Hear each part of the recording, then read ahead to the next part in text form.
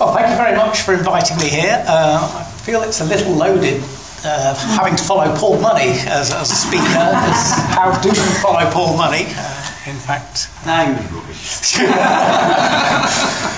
It's never been rubbish in my opinion. But, yeah, it does. Yeah. Anyway, so this talk is on metals. So this is something, it's not really an expertise of mine particularly. It is one of the people in our department, so I've learned quite a lot sitting next to him and discussing this sort of thing. So I thought, well, let's not waste the material, let's put it into a talk. So let's start the three questions which were alluded to. Metals, what are they? At least in terms of astronomical things. How are they made? And what can they tell us? Everything okay there? We're trying to get it a little bit more like... Right, fine. So I thought I'd start with the periodic table, because this is what chemists start with. This has got all the elements on it. There we go. So there's quite a lot of variety, obviously, for elements, from gases to liquids to solids and all that sort of thing. But we just wave our hands in physics at chemists and say, well, just get on with it. We know what's the real deal. But metals are generally thought of as hard, opaque, shiny, good conductors, that sort of thing. This is what you kind of learn in school as what a metal is. And this is kind of how they lay it out in the periodic table. So all these things in blue, chemists consider metals. They're a bit dubious about exactly what hydrogen is, because that sometimes appears as a metal, sometimes not. And these things over here are non-metals, and these things over here are somewhere in between. It says here they're metalloids, but semiconductors or semi-metals or something like that is kind of what they're often called. So that's kind of the basics that we learn in chemistry, and kind of what a lot of people think of as metals. When I was looking at this, I was looking for a periodic table and typed in periodic table metals, and I found all sorts of things. So this is one of them. So this is a periodic table of metal bands. So you can see Deep Purple, Led Zeppelin, and so on. Now, I don't know if it ever happens to you, but have you ever been late at night typing things into the computer, got to a Wikipedia page, followed a link, followed a link, followed a link, gone to a YouTube, and before you know it, it's like 2 a.m. and you've discovered a whole lot of rubbish. Well, this is what happened with me. So here's a periodic table of classic rock, but there's actually a whole genre of periodic tables. Here's one of music notation. Okay? Here's one of irrational nonsense. And perhaps scariest of all, here's one of business lawyers. So this sort of sent me off on a rather winding path one night, so I managed to get back. They've even got booze here, so there's all sorts of things. So anyway, I urge you not to go too far down the periodic tables, because everybody seems to be jumping on the bandwagon there. But let's get back to the topic in hand, and this is the astronomers' periodic table. We have hydrogen, we have helium, and everything else, and that's just as simple as it can get. And there's a good reason behind this. As you saw from the chemist's periodic table, nearly everything is a metal anyway. There's just a few things over this side that are non-metals and a few funny semiconductors. Everything else is a metal. So that's kind of where this came from. They said, well, yeah, by and large everything's a metal, so we'll just lump everything in together as metals. The other thing is, this is what the universe consists of. So about 74 and a bit % hydrogen, 25 and a bit, they don't add up, do they? Well, probably not. So it's nearly all hydrogen, about a quarter helium, and the metals are this tiny fraction here, 0.2% is about what we reckon is stuff that isn't hydrogen and helium, at least of atomic things anyway. There's a whole other talk I could give you on dark matter and things like that, but we'll stick with stuff we know for this talk. So this is also why they have this periodic table with just hydrogen, helium and metals, because really when you're looking at the universe, it's all hydrogen and helium and then some random stuff. This random stuff is really important because, you know, it's what the Earth is made of, it's what you and I are made of, and it's the air we breathe and all that sort of stuff. So it's really important to us. But on a cosmic scale, it's not. It's just a really tiny fraction. We're a sort of flotsam of the universe. And this is how much we started off with. So from the Big Bang, it was all hydrogen and helium and an almost infinitesimal bit of lithium and nothing else. So that's where we started from. Obviously, we've got to where we are now, and we've got oxygen and carbon and nitrogen and all those other elements that we know and love and rely on to keep us alive. So they've got to come from somewhere. So where do they come from? Just to give you some background, so here's some basic nuclear physics. I hope I'm not talking down to anyone when I'm talking nuclear physics, but we'll just get the grasp of what nuclear physics is, and then you can all go off and build atomic bombs or something. But we start with the two basic particles. So we have a neutron and a proton. These are the two building blocks of atoms. And protons are really important ones because they give the elements their flavour. So a hydrogen is one proton, and it really doesn't matter how many neutrons it gets. It's always a hydrogen if it's got one proton. So that's the basic building blocks of particles. There's also electrons and other things, but we can sort of discard those. Now the trouble with these things is these are charged. Protons have got one positive charge. Positive charges don't like to be next to each other. They repel each other. So if you try and bring two positive things together, there's a force between them pushing them apart. So it's really hard to get two positive things to stick together. It's like trying to put two magnets of the same pole together. They just push themselves apart. So if we could stick two of these protons together like that, we would get helium. And we know that exists, but this doesn't work. This force between these two is too strong. They just won't stick together. They just tear themselves apart. So that's what we'd like to see. That would be helium, and that would be great, but it doesn't work. The force between them is just too strong for them to stick together. But this is where the neutron comes in. It's kind of like nuclear Velcro. If you put some neutron in, you can get things to sort of stick together. It's actually a very short-range force that the protons also have, but the neutrons sort of bring to the party. So they bring a bit of extra force, and if you throw one of those into the mix, then it will stick together. And this is what's called helium-3. So there's two protons, that makes it helium, and one neutron, that gives it the 3. So there's 3 particles in it. That's fairly uncommon. There is a certain amount of helium-3 around in the universe, but much more common is helium-4. That's the kind of regular stuff you get in balloons and other things like that. You have to work quite hard to get helium-3. It's a bit of a rarity. So this is really, really stable, because there's enough sort of Velcro to hold these two protons together without them ripping apart. So that appears all over the universe, certainly as helium, but it also appears in radioactive decays and other things like that. So this is a really common thing and really stable. It loves to be in this particular configuration. Now, when the Big Bang went off, there's lots of these particles flying around, and it was really, really hot, at least to begin with. So while the Big Bang was sort of having its thing, and the universe was expanding right at the very beginning, this is in the first couple of seconds of the Big Bang, nothing much happened. All these things wanted to get together to make atoms, but they couldn't. Every time a proton and neutron would try and come together, this would make heavy hydrogen, which you may have heard of, a proton and a neutron. This is just regular hydrogen. One of these particles of radiation, a photon of very high energy, would come in and smash the two apart again.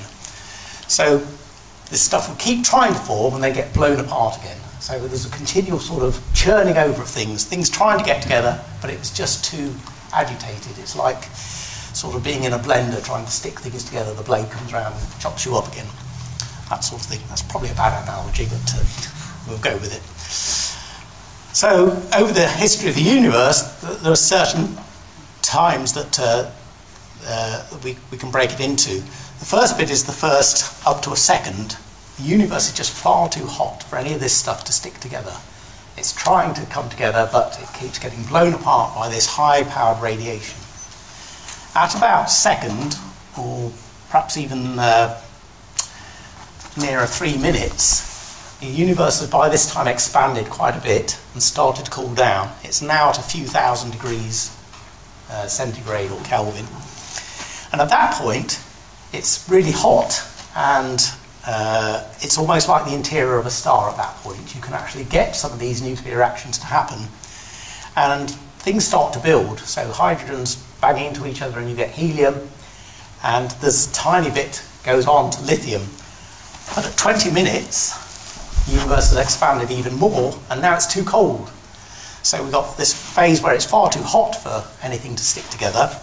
This sort of 17 minutes of pure bliss where things can be built, and then at 20 minutes it's too cold. Nothing will hit. You can't overcome the force between these two things to get them to stick together. And so that's kind of what we end up with 20 minutes after the universe has begun. And it stays much like that for at least probably 1 million years. Now, as alluded to, there's a problem. I wasn't expecting that slide, but so this is where Carl Sagan's famous phrase comes in: the nitrogen in our DNA, the calcium in our teeth, the iron in our blood, the carbon in our apple pies are made in the interiors of collapsing stars. We are all made of star stuff. Has everybody heard that before somewhere? Carl Sagan quite famously said it. It's good, but it's not completely accurate. I mean, it's quite, it's certainly good enough for the general population that we are all made of star stuff. Other people have said it less poetically. Jim Al-Khalili said we're all made from nuclear waste, which is basically what we are. We're all waste products from stars. Or Chris Impri at Arizona said we're all star bath. You know, stars have been sick and we're the result of that. So kind of which is it? And it's actually none of those. They're all good to a first approximation, that stuff is made in stars, but not everything is made in collapsing stars. Not everything is made quite in that way. So in this talk I'd like to explain where stuff is made and where stuff isn't made, and how it is and how it isn't, sort of thing. So there's 4 basic processes that generate elements above helium. There's nuclear burning, the S process, the R process, and a couple of other sort of variations on that, and cosmic ray activity. So we'll take each of those in turn. Nuclear burning. This is the easiest, in some sense. This is what's happening in the sun. So we start with these 2 hydrogens, because we've got lots and lots of hydrogen around. 75% of the universe is hydrogen. Nearly 75% of the sun is hydrogen. So the trick is to get 2 hydrogens to stick together, 2 protons to stick together. But I've already told you that can't happen. They've got too much positive charge, so they would just fall apart. But there is a cunning reaction where one of these protons will turn into a neutron. Now, neutrons don't have charge, so a neutron's quite happy sitting next to a proton. There's no repulsion there at all. But you've got to get this funny reaction to happen. Firstly, you've got to get them close enough for the reaction to happen. Then you've got to get this funny reaction where one of them changes its type. It turns from a proton into a neutron just instantaneously. This is driven by the weak nuclear force, if you're interested. And it's really quite a rare occurrence. And in some sense, that's why we're here. Because this is a very rare reaction, this is why the sun burns so slowly. If this was a quicker reaction, the sun would just go woof, and we would all be over in a few seconds. But because this is very slow, this is what limits the rate of the sun. These other reactions that go on to make helium-4, they're a bit faster, but we'll come to those. So this is my tabletop demonstration of what goes on in the sun. This isn't really what goes in the sun. This is what happens on my tabletop, but it's perhaps a good analogy. So I've got 2 magnets, which I've cunningly labelled hydrogen, so that these will repel each other. And sticking on them, I've got a bit of Velcro. Now the game is to throw them together fast enough so they stick. If you throw them together too slowly, then they sort of repel each other and veer off. If you were to throw them together too fast, they'd probably break or something like that. But the similar thing happens in the sun. If you throw things together too fast, they also don't like it very much. So here we are on my tabletop, trying to get this to happen. You see, most of the time they just go whizzing off into that back there. Once in a while, you get the angle just right, and they stick together. And this is really what is happening in the sun. You need enough heat and enough density so that these two things that don't really want to sit next to each other can come at each other fast enough and just stick just for a few milliseconds. And in that time, this other reaction I told you about, this proton turning into a neutron, happens, and then everybody's happy. Just those two things have to happen at the same time. Just for some indication, so this is the two hydrogens coming together. For an individual atom proton, it's about 10 to the 9 years, about 1 billion years before one of these will happen to run into another at just the right speed and right velocity and everything else and collide. So this is what stops the sun going woof in just a second or so. It takes all this time to get to there. Once it gets to here, things are a lot easier. It's a lot easier to bang another hydrogen into one of these things because, well, nuclear physics and stuff I don't really understand. But these have this is a kind of a much bigger target to aim at, so it's much easier for these to happen. So that takes about 1 second for, once you've got one of those heavy hydrogens, to add another one on, you get a helium-3, then you get a similar thing happening here, 2 helium-3s, form a helium-4, and that's kind of stable, that just sticks around. So this is what the sun is doing all the time, turning hydrogen into helium. Just churning away, but this really slow step stops the sun going off in one big whoosh like an atomic bomb. There are other reactions going on in the sun. This one only just happens in our sun. This happens much better in bigger stars. This is called the CNO cycle, C for carbon, nitrogen, oxygen. And it's kind of like a, what the chemists call it, a reaction with a catalyst. So basically it goes round in a loop here. Carbon goes to nitrogen by addition of a hydrogen. Nitrogen decays to carbon, picks up another hydrogen, goes to nitrogen, to oxygen, to nitrogen, and then a helium comes off. It's a slightly more efficient reaction, excuse me, and goes a little faster and burns quite a lot quicker.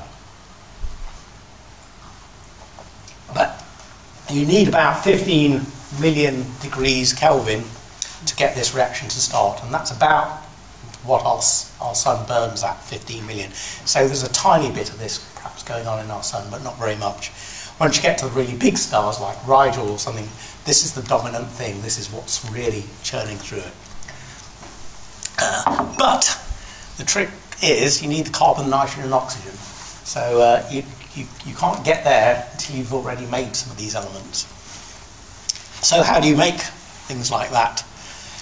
Well, this is what's happening in the sun at the moment. There's a core right in the very centre, burning this hydrogen into helium, giving off all this energy and giving out the radiation, keeping us all warm. But over time, it burns more and more of this stuff, hydrogen into helium, and you get kind of an ash form in the middle. Helium is heavier than hydrogen, so it sort of sinks to the middle, and it's already being made in the middle. So it kind of starts to damp down the star. The star doesn't quite burn as fast as it could. It's like, you know, if you have an open fire, it burns really quite well to begin with, but then you get this big layer of ash and you have to sort of rake some of it out and replace it. So that's what happens in a star. You start to get this helium, and that doesn't burn, at least not at this point. It will burn in a nuclear way, but you need to get much, much higher temperatures. So the temperatures that hydrogen burn at, about 5 to 15 million degrees Kelvin, aren't enough to get helium to burn. So it just sits there, soaking up some of the energy. And this you start getting what's called shell burning. This hydrogen starts to burn in bigger and bigger shells, pushing out. And this is how you get into the red giant phase. The reactions start moving out and making the star swell up. But eventually they will damp it down enough that the star will start to collapse, because you're not burning enough hydrogen to keep the star up. There's gravity pulling it in, trying to squash it into a a tiny area, but it's these nuclear fires that are keeping it pushed out. So it's continual balance between these, and if you get rid of some of this hydrogen burning, the star will start to shrink with this inert helium not helping at all. So the next obvious thing is to get it hot enough, which as the star collapses, it starts to heat up again, and you can get these really hot temperatures, hot enough to burn helium. But the obvious reaction here, which is to take two heliums and bang them together basically and get them to stick, would form beryllium-8. So two 4s make an 8, and 8 is, well, it's actually element 4, but it's atomic weight 8. So that would be the obvious thing to do, except this is very, very unstable. It's got the wrong combination of atom nuclear bits, protons and neutrons. There's too much force in there for it to hold together. So it falls apart in about a millisecond. If you manage to make one of these, it just drops apart again. So this reaction doesn't really work. It will have a go at it, but it just won't get anywhere with it. What you actually need is what's here called the triple alpha, because these helium nuclei are called alpha particles. When they didn't know what they were, they called them alpha particles way back in history.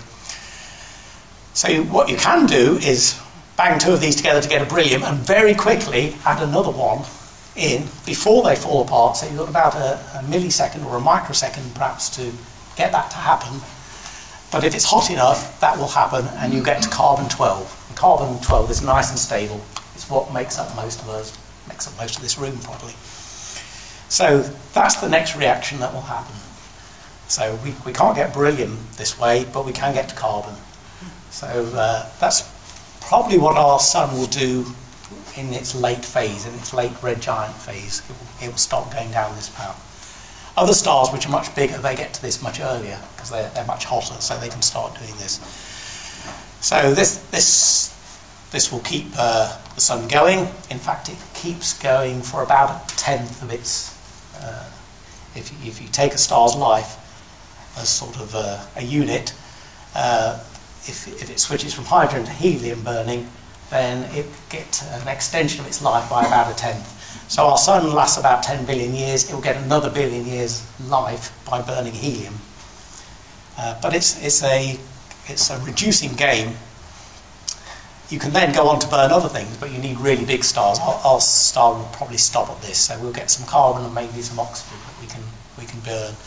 Bigger stars can then burn carbon into neon and magnesium, oxygen into silicon and sulfur to iron. So they can get reasonable way down the periodic table. So this is how we can make elements. Now, why do we get that? We don't go beyond iron. And this is because of this graph, which I know graphs are scary to some people, but hopefully this wasn't too bad. So this shows you how much energy basically you get out of converting hydrogen into helium. So this is the energy of a hydrogen, this is the energy of a helium. So you get sort of, don't worry about units, you get kind of 7 units of energy. So this is a really efficient reaction. You get some really good stuff out of this. There's a big jump from here to here. You get a lot of energy. When you burn helium to carbon, this is why you only get 10% of the life. It's a much tinier fraction of the energy you get out of it. So it's kind of on its last gasp almost when it's burning helium to carbon. You can then go on to burn oxygen to something like silicon up here. It's an even tinier gap. You're getting much less energy for each of these reactions. And when you look at iron, which is right at the top, that's the maximum you go. As you're going up, you're getting energy out. If you come down, you're losing energy. So if you want to make some of the elements down here, and there's quite a lot, this is uranium down here, these require you to put actually energy in. So the star wouldn't be shining, it would be absorbing light or something to actually get some of these things. So this is where even the biggest stars stop at iron. They can't go beyond that because they haven't got the energy budget to do it.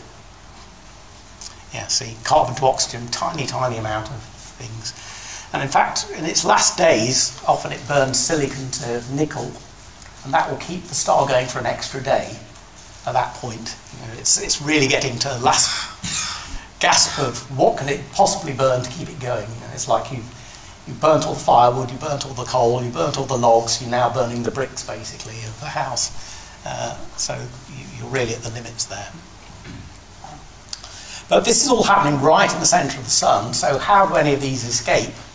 Luckily there's a process that triggers at various stages in the star's life called dredge-up, where it's almost like, I don't know what's a good analogy, boiling milk or something. Suddenly it all comes bubbling up. And at this dredge-up stage, there's a lot of convection currents within the star, and some of the stuff right in the centre gets pulled up to the surface. And so this gets to expose some of those elements. And we can actually see those in the stars when that happens, because they come to the surface and we can start to detect them. So that's kind of how some of these elements will get out. And this happens in a few places. So this is the life cycle of our sun. So this is the main sequence you may have heard of. This is a standard diagram everybody has to learn in astronomy. So the sun is sitting on the main sequence. When you're on the main sequence, which is this band here, this means you're burning hydrogen. So this is where stars spend nearly all their life. Once they finish that, or they start to finish that, they start to wander off and they go into this red giant phase, which things like Betelgeuse are at now, and quite a lot of other stars. Our own sun will do that, so it will drift off here into this area. Then it goes into a red giant branch where it's a red giant. Then it starts to burn helium down this stage, and it comes what's called the asymptotic giant branch. And then usually it kind of explodes here and casts off a planetary nebula for something like our star, and then descends down here to the white dwarf patch to live out the rest of its life. But at these three key places, you get this dredge-up effect. So it's sort of just rakes everything up, and some of the the elements it's made come to the surface and can be exposed and even scattered out into space at that point. So that's some of how it makes things. But this will only get you to iron, and you need a really big star to even do iron. Next bit is how do you detect this, which is where the talk comes from, metal detecting. So this is from spectra and atomic physics. So this is a toy model of an atom. This is not really how an atom works, but it's good enough that it helps you explain it. So this is the nucleus where the protons and neutrons are, and these are the electrons' orbits. And by laws of quantum mechanics, these are fixed. You can have one here and you can have one here. You can't have one anywhere else. So when the electrons jump between these energy levels, if it drops from here to here, it gives off a photon of light, which is exactly this distance in this separation in energy. If it drops from here to here, it gives off a slightly more energetic one. If it drops from here to here, it gives off a lower one. But for every element, there is a key gap here. So for hydrogen, there's this particular gap. For helium, it's slightly different. So this is why they all have colours, and this is what you can see with spectroscopy. Each of these has their characteristic colours. So you can see hydrogen here, helium there. And just by looking at all these lines, you can work out exactly what element's there. So you can take the light from the sun, split it with a spectroscope, and you can see hydrogen in there. You can see helium. In fact, helium was first detected in the sun before it was known on Earth. So that's how we know what's there. How are we doing for time? I'll just go through this one, S process, and then we'll perhaps have a break for coffee. So this is one of the first processes that can make bigger elements.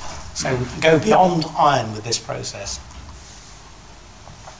And it happens in kind of red giant phase stars in the atmosphere. So up around here in that diagram, this is where this happens. So you usually got hydrogen burning, perhaps helium, and you're forming a core of carbon and oxygen at that point. And there's a couple of reactions which you don't need to know, but I'll put them there just in case you want to, that give off spare neutrons. Now neutrons are really useful particles because they don't have any charge. They can come flying into another atom quite easily if they're on a collision course, and they will just go in and stick because they're like this sort of Velcro. They will come in and stick. They don't have any charge, so they're not repelled like the protons are. They will just come in and stick. And this is how stars like this one are actually producing elements all the while. So it's the S process. So a neutron comes in, and we've got some element here called X, has atomic number Z, atomic weight of A, whatever that is. We add one of these neutrons in, and we go up one level in the atomic weight. It's still the same element at this stage. So if this was carbon 12, this would be carbon 13. So it's gone up one element. But then there's a decay process, radioactive decay, and it kicks off an electron, and this neutron changes into a proton. Very similar to the first reaction I showed you. And this just moves you one step up the periodic table. So that would change you carbon into oxygen, I think. Or is it nitrogen? Anybody know their periodic table? Anyway, it will bump you up one element in the periodic table. And this can happen over and over again. If another neutron comes in, you can also bump yourself up one level in the periodic table. It's very dependent, though, on the exact nature of the element. So this is a case where we're going from silver to antimony. So here's silver. We're taking a neutron. We go up to this isotope of silver, sort of slightly heavier silver, but this is radioactive, and it quickly decays into cadmium. It happens again, and we bump up to cadmium 111. That's stable, so that just sits there quite happy. Same happens to cadmium 112. That's also stable. If you happen to put another neutron in, 113, 114, they're all stable forms of cadmium. If you get to 53, though, this has only got a 53-hour half-life, so in 53 hours, it's got a 50% chance of decaying. This S process, these neutrons typically come along about once every 1,000 years. So at 53 hours, there's very little chance another neutron will come along and bump it up into cadmium 116, which happens to be stable. If it managed to get there, it will be safe. But it never gets the chance. In 53 hours, it will have decayed. It's still waiting another 999 years and however many days. So this will drop down to indium, 115. That picks up a neutron. This is unstable, moves up there. So you can see it slowly chunks its way up the periodic table, slowly getting on. So it's 1,000 years, another 1,000 years. So several thousand years to move along. But stars live for millions of years, or billions of years. So it can do quite a lot of this. This probably forms about somewhere around a third of the heavy elements that we know and love. But there are some places you can't get to. As I say, you can't make cadmium 116 this way because it just decays too quickly for it to get there. And there are some places in the periodic table you just can't get to with this process because you just go through too many unstable things. So tin 122 or 124 you'd never get by this process. So that's the S process. Let's see, what time is it? It's 10 past. Do you want to break now? Would that be good? Yeah. Well, go on to the R process. Leave you hanging on the R process. Okay.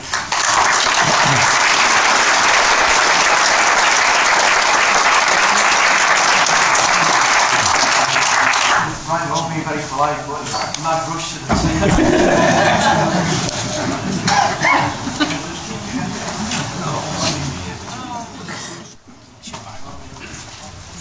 Okay, mates. And we'll carry on with the talk. Okay, thanks. Right.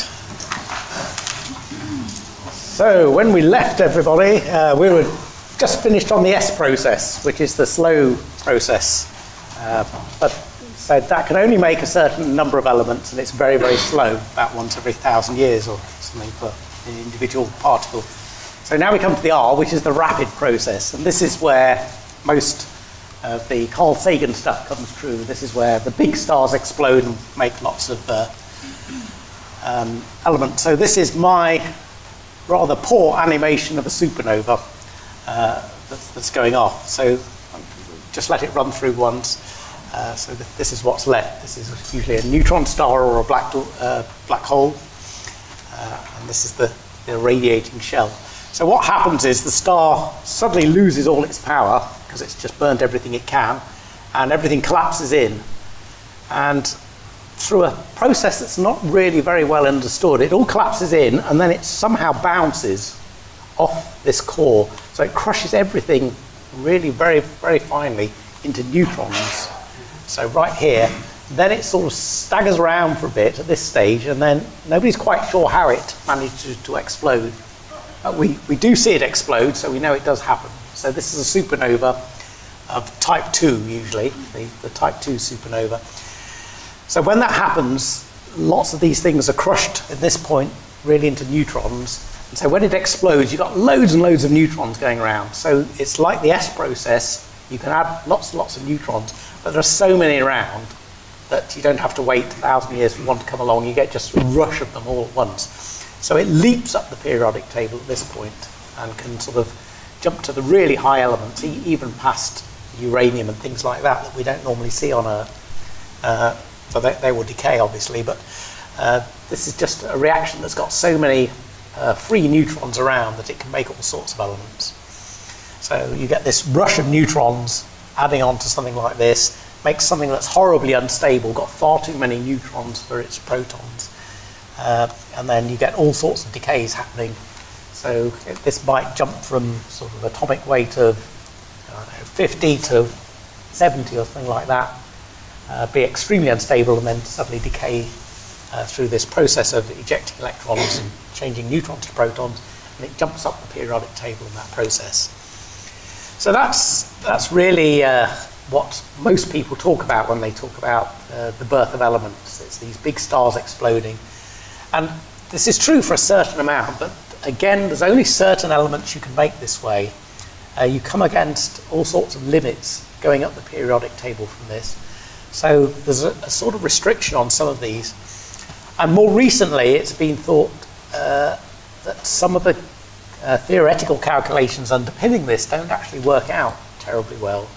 That some of the things that we say, oh yeah, we just make all the elements with this, some of them, they really struggle to work out how we can make them with this process, because there's this big explosion and everything goes out into space. So it's all got to happen very, very rapidly before everything disappears. And this is kind of how it goes. This is the R process. So you go shooting up the periodic table. This is where the stable elements are, the stuff that we know and love. So it goes shooting up the periodic table, and then it suddenly goes under this huge, what's called beta decay, that jumps you up atomic numbers, and then you might go another rush up here and then jump up this way. So it sort of leaps up the periodic table very quickly. And then there's all sorts of funny things that happen, which is really only interesting for people who study this. And this is the S process path going up here. So that's nice, slow, steady, gradual move up the periodic table, whereas this is a real rush up the periodic table. As you can see, this goes jumping up there like that. There is also a theoretical thing called the RP process, which is the rapid proton process, where you get, rather than a batch of neutrons, you get a whole load of protons that come flooding into the elements that happen to be around there. It's a bit more theoretical, and nobody's quite sure whether this actually really happens or whether it's just a sort of physicist pipe dream. Because firstly, it's quite difficult to get these to collide with this, because this is positive, these are positive, so they don't like to hang together. But there's sort of, they're trying to find places where this might happen, and accreting neutron stars is a place I've seen. A neutron star with stuff falling into it is perhaps a place where this happens. So that's just another one, just to sort of complete the tick box of processes. So down here we have the R process. This is the RP process. If it does exist, it sort of goes up this side of it, because you get very proton rich. Up here you get very neutron rich. And up the middle goes the S process. And there's strange things that happen up here. But outside of these sort of limits, these are just so unstable that they just can't, even if you can make something down here, it's just so unstable it falls apart very quickly. So that's kind of the process they go through. So when people say, oh yes, we're all made in the exploding stars, that's true for a certain amount. There's some of this stuff is true, that we are made in exploding stars. Some of it isn't, that we just this S process ticking along. So more recently, they've looked at other ways to make these, and particularly with just a couple of weeks ago, there's this neutron-neutron star merger. You may have heard about it, it was on the news. They detected with LIGO 2 neutron stars merging. And of course, if you've got 2 stars made purely of neutrons, when they collide, they make a big explosion. You've got lots of neutrons around, so they can make lots of things. So it's long been thought that neutron stars, mergers, or collisions of other things with neutron stars could make lots of the elements. And with this detection, was it 3 weeks ago, something like that, where they had not only the gravitational wave detector detected these 2 neutron stars merging, because they'd got the 3 machines running at the same time, they could say, well, it's just about in that area of sky, and they went and pointed a whole load of telescopes at it, and did indeed detect the explosion remnant in visible light. And then you can do all sorts of stuff with that. You can look at the spectrum of it. And the highlight of it in all the papers was they detected gold. So you can make gold through this process. You make a lot of other elements too, but gold was the one all the sort of tabloids picked up on. So this is what it would look like. This is 2 neutron stars spiraling around each other. They've got a huge amount of gravity. They are the mass of the sun crammed into about 10 kilometers across. So you can see as they merge together here, they sort of coalesce, and then there's a big explosion, and this is where all this neutron-rich stuff explodes out, and you can make other elements. Things that they don't think you can make in the regular supernovas. This is a particular way that you can make certain elements that they don't think you can make from supernovas. And of course this is very topical because they detected gold in one of these things that was extremely near. This is what they detected. So it was detected by the Fermi satellite in gamma rays and integral in X-rays, I think. It wasn't detected by SWIFT, which was a bit annoying because SWIFT is a telescope especially designed to look out for these sorts of things, but must have been looking the other direction. And with this, almost everybody in an observatory was immediately contacted and said, there's this big explosion and it's probably over there. Everybody go and have a look over there. And there was a number of people who observed the afterglow of it, including actually one of the students at Nottingham just started her PhD. She was doing a summer job in Australia when this came through, and said she happened to be at the telescope, and they said, can you go and have a look over there? So it was a triumph, and the paper giving the details of this detection has 3,500 authors on it. That is nearly every astronomer in the world. Unfortunately, not me. I'm not one of them. In fact, there's a joke going around, between astronomers that, I bumped into someone the other day who wasn't on this paper. So that's me. I'm not on that paper. Lizzie, who was this, just started a PhD, is on the paper. So no sour grapes there. But this is all the stuff that was found. It's NGC 4993 was the host galaxy, which is particularly near for one of these mergers. So they've got a lot of good data on it. So this is how we know that certainly in some cases neutron star mergers do produce gold because of all this stuff. And the final way you can make things is something called spallation, which is just a fancy way of saying I'm shooting stuff at other stuff. So it's mostly cosmic rays.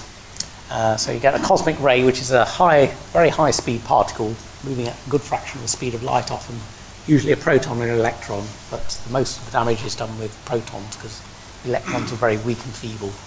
So it comes shooting along at very high speed, hits another atom, because it's traveling at the speed of light really, it doesn't worry too much about positive charges, and it just breaks it up. And this is responsible for quite a lot of beryllium, lithium and boron, some of the low down ones in the periodic table, so third, fourth, fifth sort of elements are produced this way. Because we said you can't make beryllium by putting 2 heliums together, but you can make other stable versions of beryllium by this process.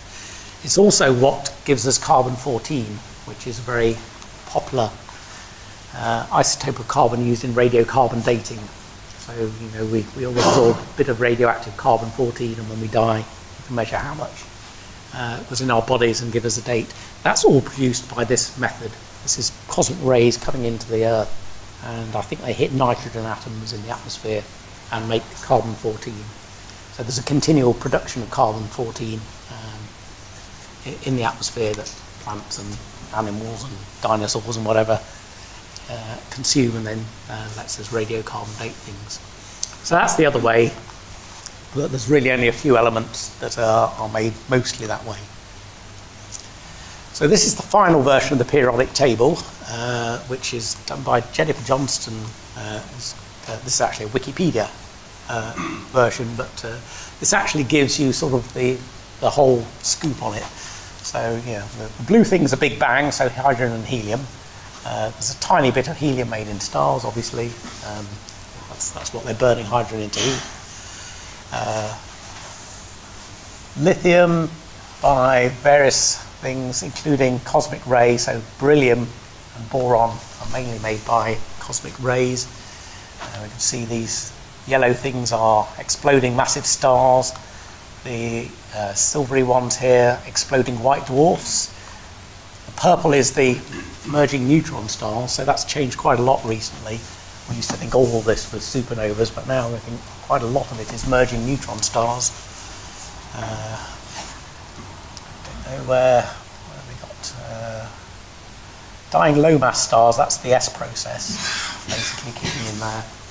So there's quite a lot of detail in this, and it's still being refined to a certain amount. And all these ones here are only made on Earth by particle reactors and things like that, from americium upwards.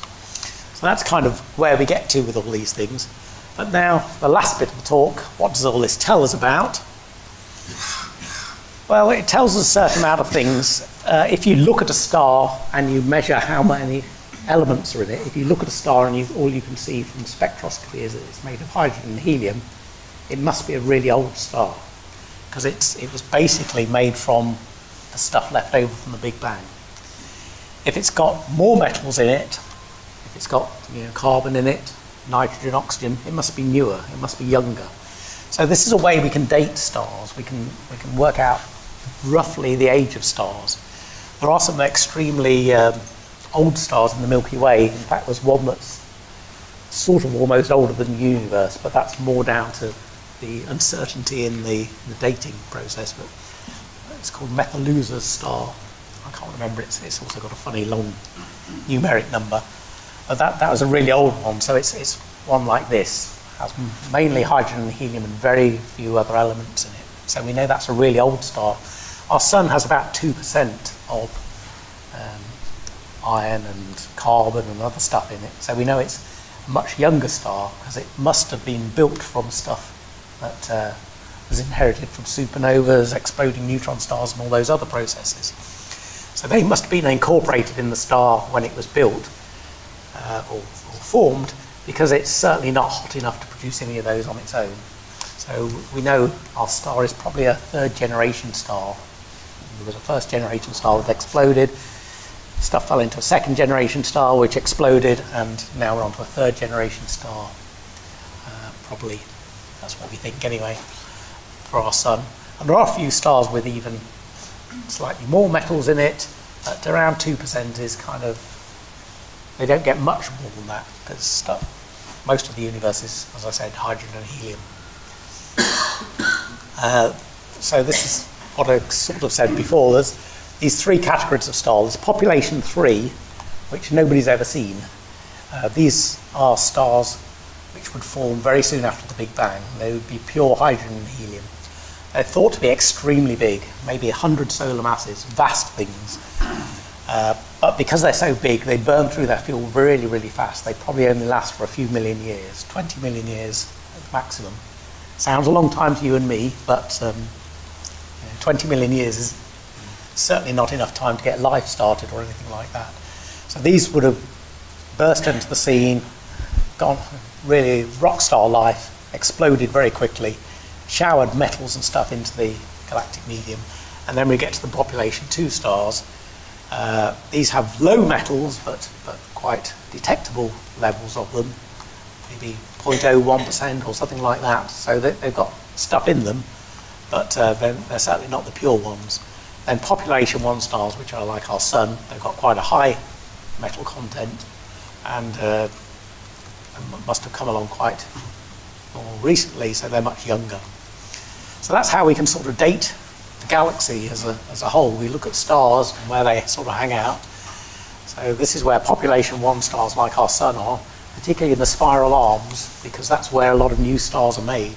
So stars like our sun, we know, are metal rich. They must be young, so they must be forming new. In the very centre and out in the halo of the galaxy, this is where we find population 2 stars, which are much older, called metal poor. They don't have nearly as many metals. That probably says something about life as well. If you're going to look for life, you're much better looking around a population 1 star, because it's got a lot of this rubbish, basically. Oxygen, carbon, hydrogen. You can make rocky planets and you can make organic chemistry. There's not very much around these, so it's quite difficult to make rocky planets around those and to have life. So if you're looking for life, go for the population 1 stars, at least if you're looking for life like us. The other thing that affects it quite dramatically is what's called cooling. This is a very busy graph, and there won't be a test on this, so don't worry. But this is how gases can cool. This is the temperature. So when you get up to sort of 1,000,000 degrees Kelvin, this is hydrogen here. So it's quite good at cooling when it's cold. It cools quite rapidly. When it's very hot, it doesn't cool particularly well at all. And this is really important because you need cold gas to form stars. Hot gas won't form stars. It's just too active. It's like like feeding toddlers sugary drinks. They just all run around and they won't sit nicely in front of you to listen to a story. They need to cool down and relax to form a star. So typically it can be very hot in galactic environments up this range. But once you get some of these metals like carbon, oxygen, neon and things like that, they really help with the cooling process. When you get more of these metals, it's much easier to form stars. They can suddenly get rid of their heat very quickly and collapse together to form these stars.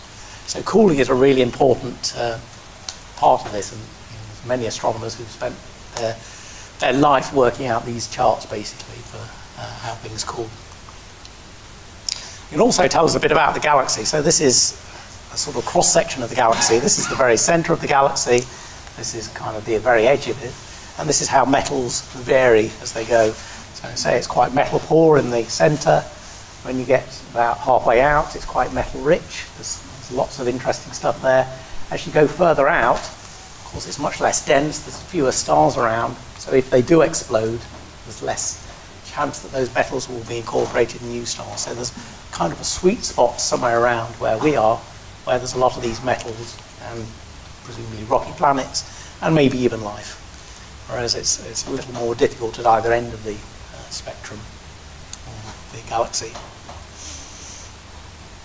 So these are type 1, type 2 supernovas. Due to the funny way supernovas are classified, it's also type 1b and type 1c. That's a whole different talk. So this is the Crab Nebula. This is where one of these things has exploded, showering these elements out. I mean, this is not only good because it makes them the R process, but it also radiates them out across the galaxy. And there's good evidence that we're sitting in sort of a shell of material that was shot out from a supernova. There's sort of really good evidence that we're in the bubble of a long dead supernova. The other thing we can tell from this is these supernova type 2s, which are these big exploding stars, they very much favour forming what are called alpha elements, which are elements with multiples of 2. So helium, not lithium, boron, not, I got that wrong, not beryllium, carbon, nitrogen, and so on, sort of multiples of 2. So you can see that this is a sort of abundance, that's right. So carbon, oxygen are much more abundant than neon. Fluorine is not very abundant because it's an odd number, neon. And this is really about the stability of those helium things. It's very much easier to add a helium onto something because they're very stable particles. So these are called alpha elements. And we can look for these in big areas, particularly things like galaxies. We can look at how many alpha elements. Whereas the other type of supernova that goes off is the type 1a. This is the other type. This is a white dwarf that's in a binary system with a bigger sun, and it steals material off this big sun. So white dwarfs are usually dead, just embers of stars, and they just fade away and radiate, as the song used to say. But if they happen to be in this dwarf system, they can steal material and they can start to grow as this material falls in and spirals in. But white dwarfs are only stable up to about 1.5 times the mass of the sun. Above that, they're too massive and they will fall in and convert to a neutron star.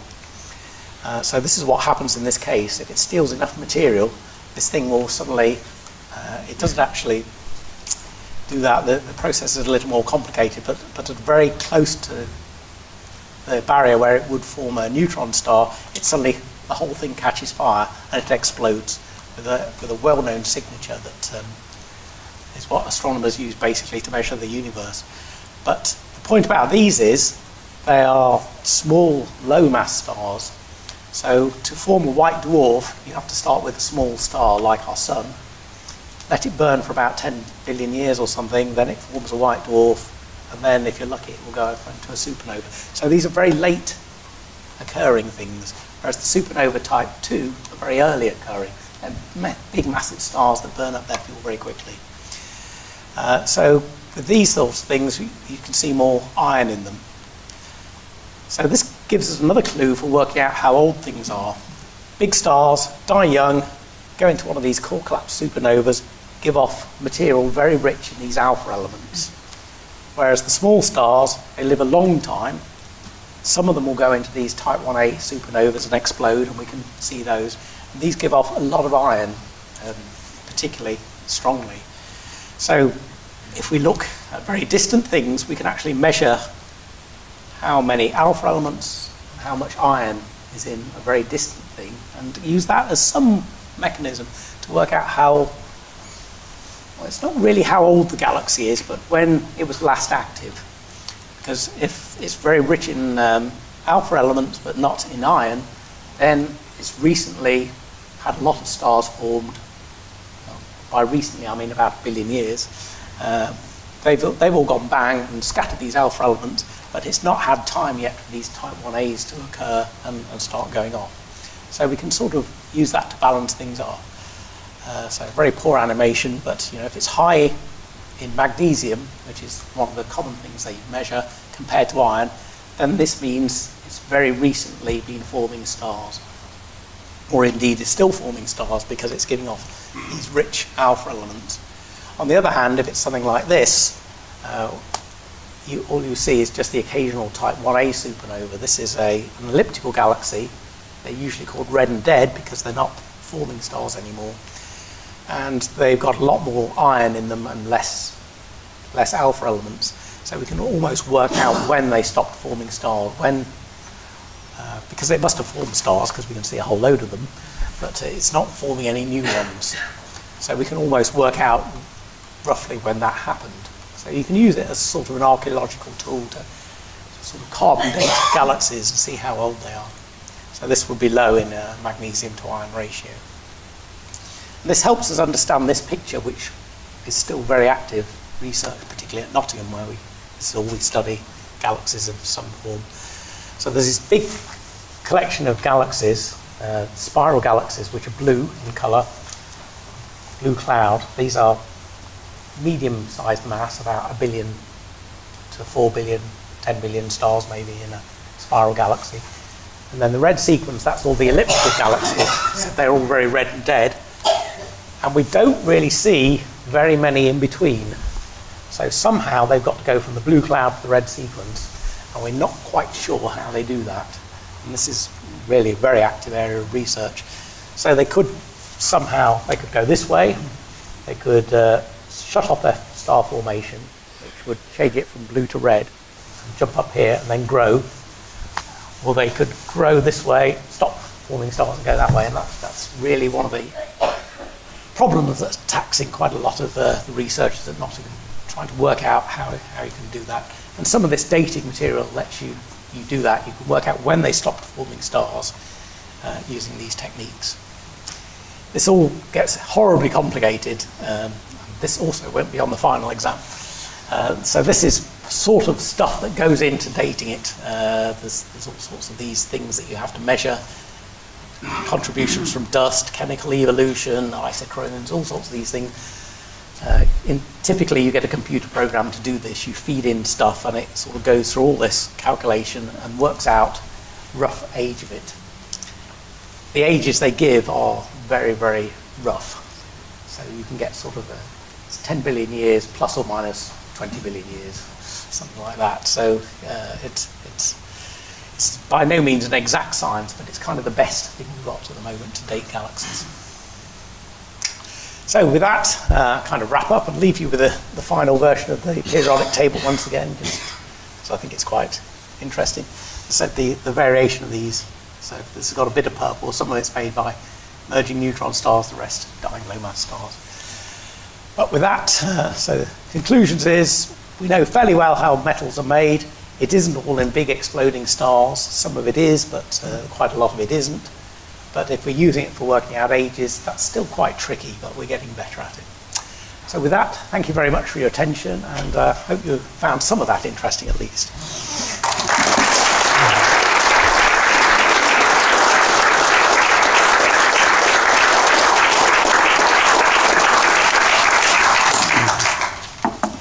Any questions? Good. Oh. Do emerging galaxies story spanner in the works? Certainly they do, because usually when two galaxies merge, often they've sort of settled down into their kind of relaxed and lying back on their sun loungers, but then they come merging together. That stirs everything up, and you tend to get a big burst of star formation because you get all this gas colliding, and it's suddenly you get hundreds and millions of stars forming. So that's one of the areas they're looking at Nottingham. They're looking for things called post-starburst galaxies. That's often galaxies that have either merged, had this big, amazing amount of star formation, and then we're looking at them maybe a billion years later when that's all sort of finished. So typically you're looking for, if it's just happened, if the starburst happened, you're getting all the stars, so you're getting O, B, A, all the way down. But they generally start popping off. So the O stars go off first because they're the biggest, and the B stars. So when you're looking at a galaxy and you're seeing quite a lot of A stars because they're still quite bright, that's how you kind of work out this is a post-starburst galaxy. It must have happened recently. There's no more O stars and B stars, so that puts the sort of upper limit on how long ago it was. So they're trying to track down a number of these that they're sort of caught in the act of shutting off their stars. So it's tricky. Anyone else? Yeah. But is there an explanation for what actually causes two protons to fuse this electromagnetic repulsion at a very close distance? You think logically it was simply repulsion would simply increase exponentially to infinity the closer they got. What actually causes the reversal? Then they stick. There's another force that comes into play basically. So there's four forces in. There's only four forces in the universe we know of so far. Gravity, we all know about. Electromagnetism, which is the repulsive force in that case. And two, you probably don't meet in everyday life. The strong nuclear force and the weak nuclear force. And the strong nuclear force is what holds the nucleus together. But it only works over a really, really tiny distance, about the width of a nucleus. So if you can get those things close enough, the strong nuclear force will hold them together, except in the case of two protons where there is still too much repulsion. But if In that case, it's the weak nuclear force that comes in and changes the proton into a neutron, and then it's all happy. But yeah, you're right, you do need they need to come in fast enough and get close enough for this second force to come in. But they have to be really, really close for that to happen. So that's kind of where that comes in. There's a whole lot of quantum mechanics, because if you do the calculation, the electrical repulsion is too much for actually two protons to ever meet in the centre of the sun. It should never happen. The sun shouldn't be shining, basically. But when you apply quantum mechanics, there's this quantum tunnelling, and they can sort of evade the laws of nature a bit, and they get close enough, and they can sort of jump the final bit. Quantum mechanics is weird. Don't test me on it, because that's about the limit of my knowledge. Any more questions? Yeah. You were there first. Population 2, I think, are about 1.2% metals, aren't they? Something like that. Ish. Yeah. Population 1, about 0.2. Yeah. Will we ever get to 10 times that, 2, and still be having stars? I guess you could get to a certain amount. They are affected quite a lot by the metals, so you can understand a star almost completely if you know how heavy it is and what its metal content is. So the more metals, they burn in a slightly different way. So, but of the same mass, they all sort of burn in the same way if they're made of the same stuff. What I was thinking about is when you get a cloud capacity content, it's going to dissipate the heat a lot more efficiently. It is, yeah. So I don't know if anybody's looked at that, because yeah, but so far, 2% is about the limit of what we've ever seen. So yeah, maybe in the distant future there will be, as you say, like 20% or something, and it'll be interesting to know what happens. Yeah. Okay. Thank you. With the neutron star collision, was there any remnant there, or was it just blown size of it? I think there was a remnant. I think it was another neutron star that formed. It was a bit of an odd one, because the two neutron stars were, one of them was quite small. It was about just less than a solar mass, which typically they're usually about 2 solar masses or something like that. Usually one solar mass would form a white dwarf if left to itself. So it's probably something that exploded and sprayed off a lot of material, but the neutron star had already formed at that point. So I think the two collided, a lot of stuff came out, but the gravity on those things is huge.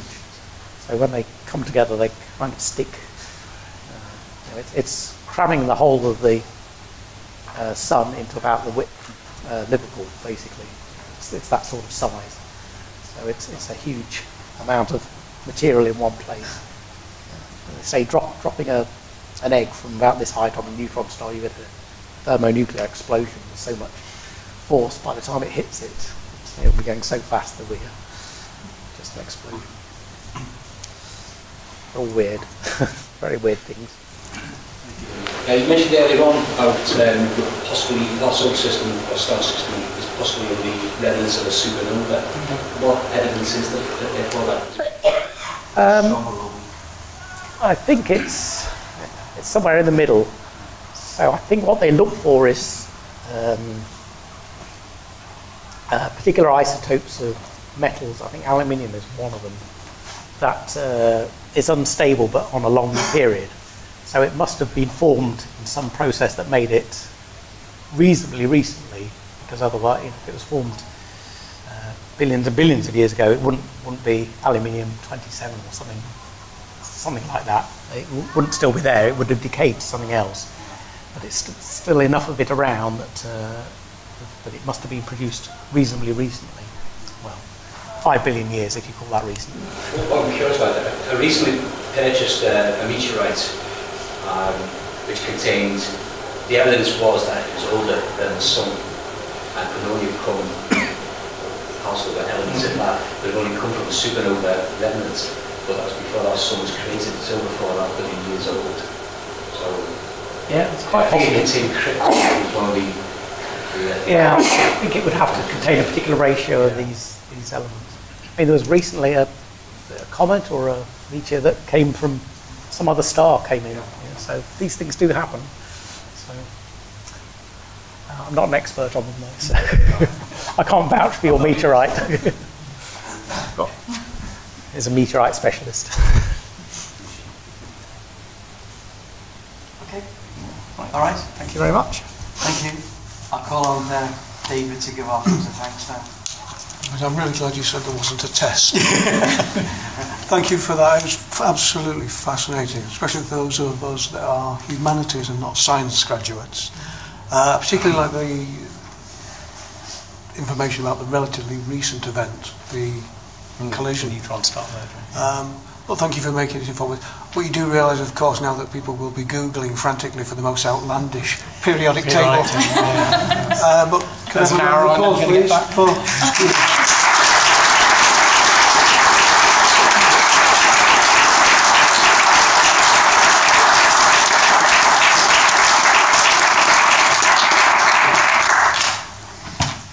Right. Thank you, folks. That's all. And see you at the December meeting, which I got down here as Friday the 8th of December. And that will be members' talks on that occasion. So see you next time. Thank you very much, and safe journey home.